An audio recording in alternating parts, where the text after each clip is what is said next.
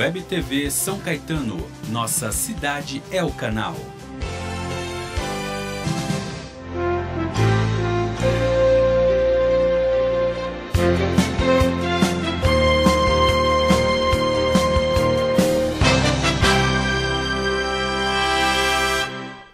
Iniciamos ao vivo mais um programa Dias Melhores. Hoje a gente vai falar um pouco sobre questões relacionadas a condomínio. Existem muitos problemas relacionados a esse assunto, né? E a nossa convidada é a doutora Thelma Laranjeiras Salé. Boa noite, doutora, tudo bem? Boa noite, tudo. Doutora, já chegam perguntas aqui, porque o tema é bem polêmico, né? Bastante, né? Bastante. Bastante. Vou começar por um assunto que acho que está em pauta, que as pessoas falam muito de animais. Olha, o animal pode, não pode no condomínio. E hoje em dia está muito crescente esse negócio de defesa dos animais. Como é que funciona? Existem condomínios que proíbem você levar o animal para dentro do apartamento. Isso é legal? Existe uma convenção no condomínio? Existem alguns condomínios que a convenção proíbe a permanência de animais de pequeno, médio e grande porte no interior dos apartamentos. Todavia, esta é uma direção que a gente não vem mais encontrando hoje. Tá? Se encontrava nas edificações mais antigas. Né? Mas mesmo esses prédios que a convenção e o regulamento proíbem a permanência do animal, né, isto acaba sendo tolerado ou pelo próprio bom senso, tá? Ou às vezes o dono do animal tem que se valer do poder judiciário para poder manter o animal no apartamento. Interessante. Tá? Mesmo se a convenção de condomínio proibir, o judiciário pode intervir? O judiciário intervém. Mas em regra... As decisões, né, elas são maciças no sentido de permitir, desde que este animal não cause incômodo aos demais moradores. Né, que não seja um animal de grande porte, ou em sendo, né, que use os equipamentos necessários. Né? Sim, entendi. Doutora, a gente pesquisou e viu assim, existe um rol dos 10 maiores problemas relacionados a condomínios. E dentre eles tem barulho. Sim. Como a pessoa se comporta numa situação onde o vizinho faz muito barulho e ele, de uma certa forma, está dentro do imóvel dele, existe uma restrição, pode ser questionado, não pode? Deve ser, né? O que acontece normalmente é o seguinte: as pessoas não estão preparadas para manter o silêncio 24 horas. Sim. Né? E em muitos casos o que a gente vê é que o vizinho também é intolerante.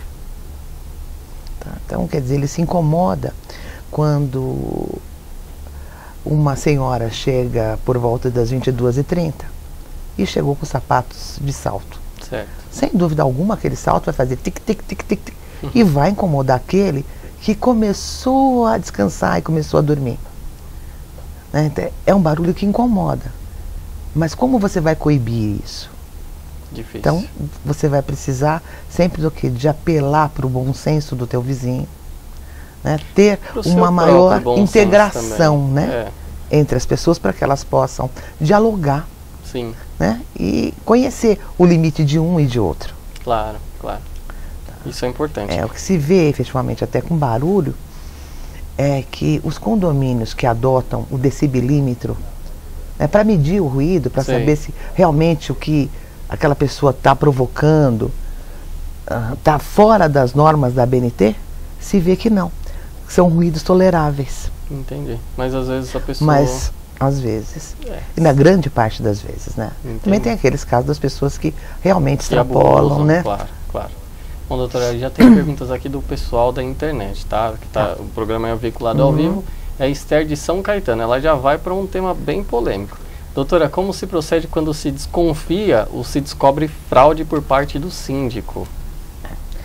Quando se desconfia ou se descobre, né, o interessante, o que é? É exigir do Conselho Fiscal que emita um parecer sobre as contas, né?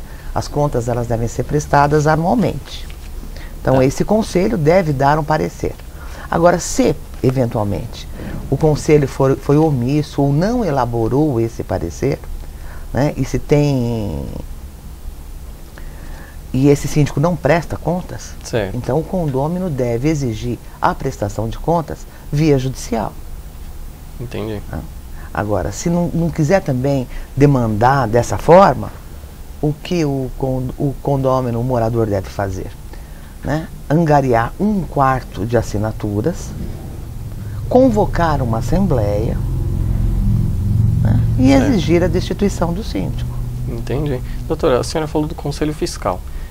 Muitas vezes o síndico é eleito, mas quem é eleito é o síndico de fato, e quem exerce algum poder de administração é o próprio síndico. Ele pega o meu vizinho, vem aqui você, vamos ser do Conselho Fiscal, você... E as pessoas nem sabem o que estão fazendo. Exato. Muitas vezes chega um papel lá, eles assinam e nem sabem ao que se refere. Exato. Então, é efetivo mesmo você procurar esse Conselho Fiscal? Ou já é mais viável, ou você faz através de uma interpelação judicial, ou busca o judiciário em um contencioso de uma vez para resolver esse tipo de problema? Porque o Conselho Fiscal, eu não vejo uma efetividade. Posso estar enganado. Em muitos condomínios, né, existem conselhos que são conselheiros, não é que são omissos, né, eles desconhecem o papel que eles devem exercer, né, ou desconhecem o papel, ou talvez não tenha a técnica necessária para proceder o exame. Exatamente. Então ele acaba que, na confiança do vizinho dele, né, validando tudo os atos e as contas. Entendi. Tá? Mas o ideal mesmo é que se resolva isso dentro do próprio condomínio. E como? Né? Chamando uma assembleia. Sim. Exigindo a prestação de contas. É que muitas vezes a gente vê, falando em prestação de contas, são números e ninguém entende coisa nenhuma. Ou tem um contador no condomínio que tem um conhecimento maior e pode se aprofundar, ou senão você é um leigo, ou você procura levar isso a um técnico, para o técnico fazer uma análise. A realidade é o seguinte, né, falta ainda na nossa sociedade, né, a cultura de exigir que seja tudo descomplicado. É verdade, tem razão. Porque o condomínio ele tem o quê? 10 despesas fixas, no máximo, no mês? Sim. Né? E a entrada dele, o que é? A contribuição de todos os condôminos. Então, quer dizer, tem que se exigir uma contabilidade simples, né, para que as pessoas possam avaliar. Até porque não tem nem razão para não justifica. Né? Doutora, tem mais uma pergunta, é da Mari de Diadema. Ela pergunta o seguinte: doutora, sou obrigada a participar das reuniões do prédio? Não, ninguém é obrigado, né? Os condôminos, eles são convocados para participar, convidados, mas é importantíssima, né, a presença de todos, porque aquele que está ausente se sujeita à decisão dos que estão presentes. Sim, sim. Aí não tem como reclamar do que decidiram, né? É verdade. E uma questão, doutora, que a gente também chegou a pesquisar que era um problema, ou uma dúvida generalizada, é a questão dos apartamentos que são alugados. E aí existe uma dúvida, olha, a pessoa que mora no local, que alugou o apartamento, ela pode participar também das convenções, das reuniões de condomínio? Não podem, precisa de procuração, não precisa? A rigor, não pode participar, né? O inquilino, o locatário, ele pode participar desde que ele possua uma procuração do proprietário. Tá. Com o advento ainda do Código, com o Código Civil de 2002, né, isso ficou taxativo. Certo. Com a lei anterior, ainda se dizia que o locatário ele poderia participar das assembleias sem estar com procuração, desde que fosse para decidir assuntos do dia a dia ou despesas ordinárias, né? Certo. Nunca ele poderia votar em benfeitorias. Hoje não. Hoje o entendimento é que o inquilino ele pode participar desde que ele esteja munido de uma procuração. E, doutora, quando se trata de votação do síndico, escolha do síndico, que é algo muito... eu acho que é um dos atos mais importantes dentro de um condomínio. Quando se trata da escolha do síndico, pode ser feito por procuração? O proprietário dá uma procuração para o inquilino com poderes específicos para votação. Mas ele tem a liberdade de proclamar o próprio voto no sentido que ele quiser, ou a procuração vai especificar, olha, você pode ir, mas você tem que votar no X? Não, aí aquele que está dando a procuração, né, é que vai dar procuração para votar e ser votado, ou então uma procuração específica para votar em fulano de tal. Ele pode fazer isso. Entendi, entendi. Doutora, tem mais uma pergunta, é do Marcos. Ele pergunta o seguinte: o que acontece quando o Corpo de Bombeiros encontra um extintor, por exemplo, um extintor, deve ser algum extintor vencido, alguma coisa nesse sentido. O que acontece no condomínio? Na verdade é assim, né? O condomínio ele tem a obrigação de fazer a recarga dos extintores, o teste hidrostático, né, a verificação de mangueiras, isso anualmente. Certo. Independente disso, há necessidade de o condomínio ter revalidado a cada 2 anos o atestado de vistoria do Corpo de Bombeiros. Certo. Tá? O que é esse atestado de vistoria? O Corpo de Bombeiros vai ao condomínio para verificar se todo o equipamento que lá existe é o necessário e se o que existe também está adequado às normas de segurança. Entendi. Tá? Ele não encontrando, ele não revalida esse atestado e concede um prazo para regularização. Tá, entendi. Bom, doutora, o pessoal está fazendo perguntas, tem muitas perguntas Vamos chegando lá. aqui, isso é muito bom. Mas já está chegando no intervalo do primeiro bloco e a gente vai a um rápido intervalo, rapidinho. Web TV São Caetano, nossa cidade é o canal. Vamos até o intervalo.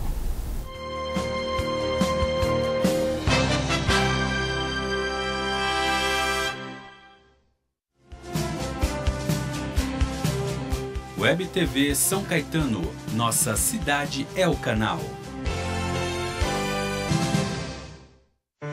A floresta está no sangue dos brasileiros. Seu verde domina a nossa bandeira. Meu nome é Marcelo Cerrado.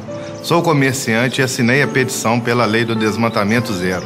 Eu moro num país bonito por natureza. A onça, o papagaio, o tucano são parte das florestas. Sem elas, o Brasil vai ficar cada vez menos parecido com o Brasil que a gente conhece. Eu sou Otávio Miller, ator, e estou com Marcelo Cerrado. Já assinamos a lei do desmatamento zero. E você?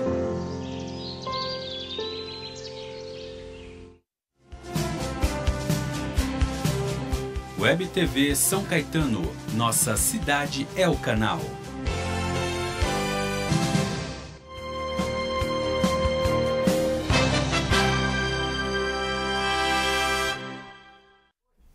Voltamos ao vivo com o programa Dias Melhores. Hoje a gente tá falando um pouquinho sobre condomínio e existem muitas dúvidas. E a nossa convidada é a doutora Thelma Laranjeiras Sali. Bom, doutora, voltando aqui, já tem perguntas dos internautas. Vamos ver aqui, é uma pergunta do Kleber. Ele pergunta o seguinte: quais vantagens e cuidados na hora de contratar uma administradora de condomínio? É interessante pontuar o seguinte, que a administradora, ela é o braço direito do síndico. Certo. Tá? Então ele vai delegar as funções administrativas a essa empresa. Então ele precisa conhecer a idoneidade dessa empresa. Certo. Né? Porque ele responde civil e criminalmente por todos os atos, independente de ser praticado pela administradora ou não. E existe também a possibilidade do síndico desconfiar da forma de atuação da administradora? Porque assim, às vezes eu acho que muita movimentação financeira também acontece é feito pela própria administradora. O que eu recomendo é que o síndico ele faça exclusivamente a movimentação financeira. Ele e um conselheiro, ou ele e o subsíndico, né? Não delegue isso a um terceiro. Entendi, interessante. O interessante é que ele o faça. Né? E a administradora, nesse caso, haja como? Separando a documentação para a prestação de contas dele, orientando qual o documento pedido do fornecedor, né, para ter o suporte contábil para aquela despesa que ele está realizando. Interessante. Doutor, tem uma outra questão, já que a gente está falando de finanças. No caso de atraso de pagamento, tem uma dúvida. Existe um limite da cobrança? Seria os 2% do Código de Defesa do Consumidor? Os 2% na realidade é do Código Civil, né? O Código de 2002 é que estabeleceu, né, reduziu a multa que outrora era de 20% e 10%, ele reduziu para 2%. Né? Então você tem uma multa de 2%, mais a incidência de juros de 1% ao mês e atualização monetária. Entendi. Interessante. Doutora, mais uma pergunta é do Marcelo. Ele não fala a cidade, não sabemos. Doutora, qual o prazo previsto para aprovação de contas de um condomínio? A aprovação de contas, deve ser feita anualmente em assembleia. Tá, interessante. Tem mais uma outra pergunta, é da Márcia de Santo André. Ela pergunta o seguinte, é mais ou menos uma consulta, tá? Que é um pouco extensa. Algo que foi aprovado em assembleia e foi iniciada a execução do serviço. Entrou um novo síndico e através de outra assembleia ele cancelou essa execução. Esse novo síndico pode fazer isso? Pelo que ela está relatando, né, possivelmente uma assembleia decidiu pela execução de uma obra. De uma determinada obra, isso. Né? Um novo síndico foi eleito, ele levou esse assunto novamente para a assembleia e a assembleia decidiu paralisar ou não dar continuidade. Exatamente. Né? A assembleia é soberana. Tá. Né? Agora resta saber se todos foram convocados para comparecer a essa assembleia. O prazo regimental foi obedecido. Entendi. Constou da ordem do dia, né, este assunto para discussão? Ou foi aquela coisa de, no calor das emoções, né, dizer assim, não, agora eu não quero mais isso. É isso mesmo, é isso mesmo.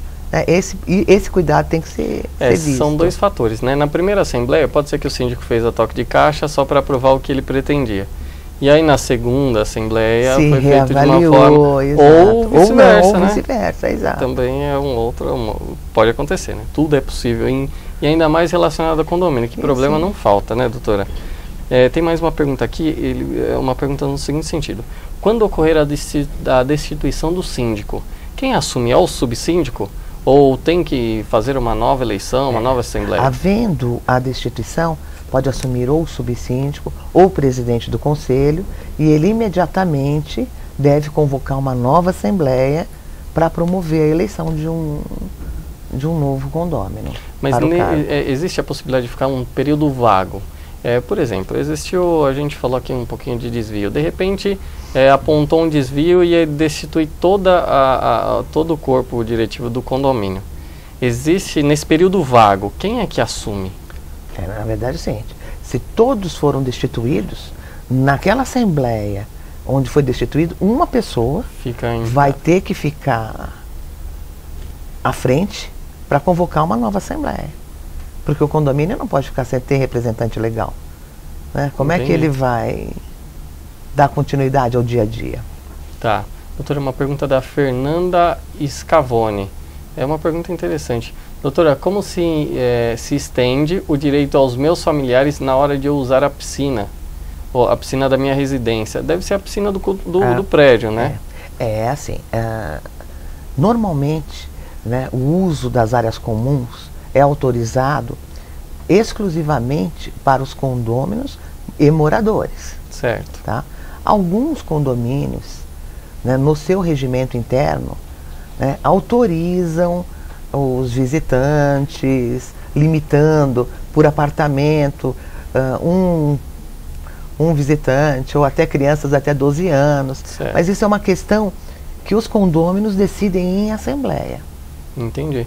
Doutora, até um exemplo prático que eu já vi em algumas situações. Uma família, de repente, pai e mãe, e tem um filho. Esse filho cresceu, teve a família dele e saiu de casa. E mesmo assim ele quer voltar e usar a piscina. Pode, não pode?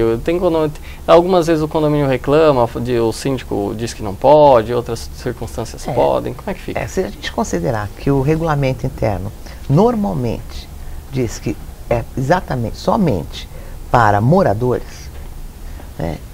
E as piscinas nos condomínios são espaços limitados. Sim. Né? Ao passo que você vai abrindo exceção, você acaba, se todos forem a piscina, ela não vai atender a ninguém, né? Verdade. Né? Subjetifica muito no bom senso também, né? Vem a questão do bom senso também. Doutora, uma outra questão que também chama atenção, relacionada à taxa condominial. Sim. É permitido o síndico estabelecer de forma unilateral? Ele, de repente, dá uma canetada e fala, olha, a partir de agora é tanto. Não. É possível? Não. A regra diz, né, que o condomínio deve ter uma assembleia geral ordinária, que deve ocorrer sempre no primeiro trimestre do ano, e esta assembleia deve fixar o orçamento. Fixar no orçamento, logo com o resultado do valor da taxa de condomínio. Entendi. O que a gente acaba assistindo e muito é que o síndico leva para a assembleia a proposta orçamentária, né, a previsão, e lá ele pleiteia um reajuste, às vezes, de valor superior à inflação. Certo. Né? E existe, por parte dos presentes, né, a não aceitação. Tem que ser acatado. O que a maioria decidir, está decidido. O que a Assembleia decidir, está decidido. Mas muitas vezes, o que ocorre no mês seguinte? O recurso que não foi aprovado não vai permitir que ele pague as contas essenciais. Né? A exemplo, salários, Sim. luz, água. Aí o síndico é obrigado a lançar a mão de um complemento do valor do condomínio para esse fim. Mas ele também não pode estabelecer uma redução? Olha, a gente tem um contrato com a empresa de segurança.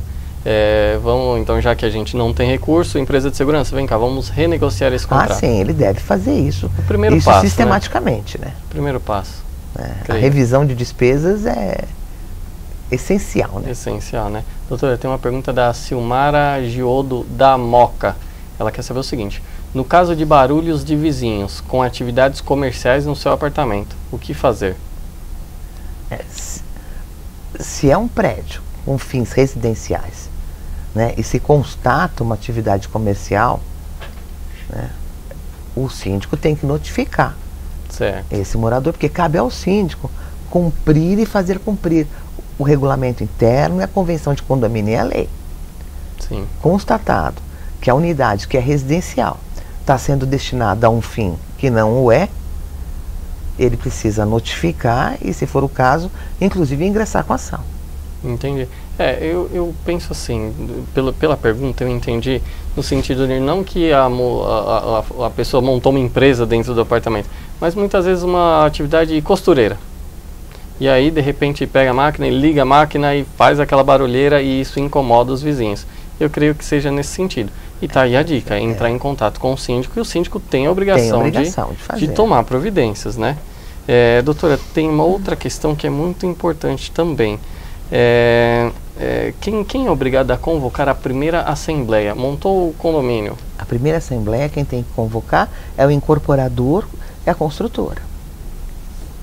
Né? No momento que ele faz a entrega do empreendimento, certo, né, ele tem que convocar todos os condôminos para a eleição do síndico. Tá. É ele que deve fazer.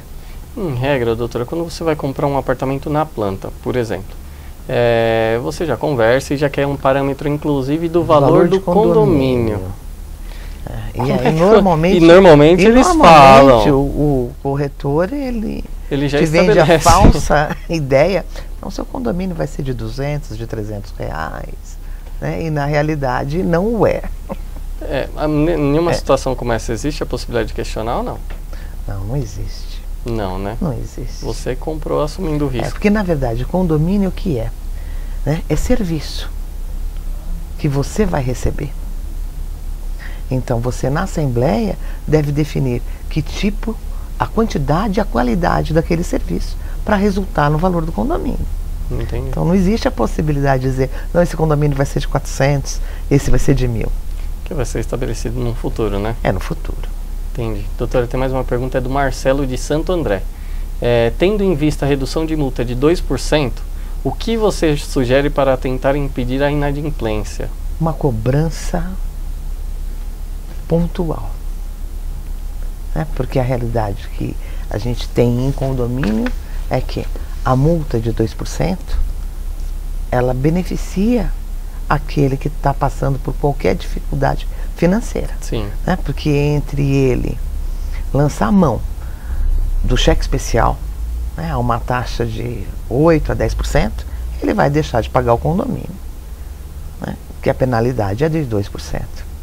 Então o condomínio tem que ter uma cobrança muito pontual, certo, para não permitir que essa inadimplência venha se acumular. Essa forma efetiva de cobrança, a partir do primeiro mês, atrasou 2 dias, já é o suficiente para ligar lá. Para ligar e pedir, por favor, né? Entendi. Da sua contribuição dependerá o fornecimento de água. Né? É que assim, é difícil, as pessoas não têm essa visão, né? De que aquele dinheiro em que você está depositando é um valor que você tem que pagar eternamente, isso sem dúvida. Mas as pessoas não têm noção que aquilo serve para você sustentar esse ambiente. Exatamente. É parte da sua casa também, né? E muitas vezes as pessoas não têm essa visão, por isso que deixam de...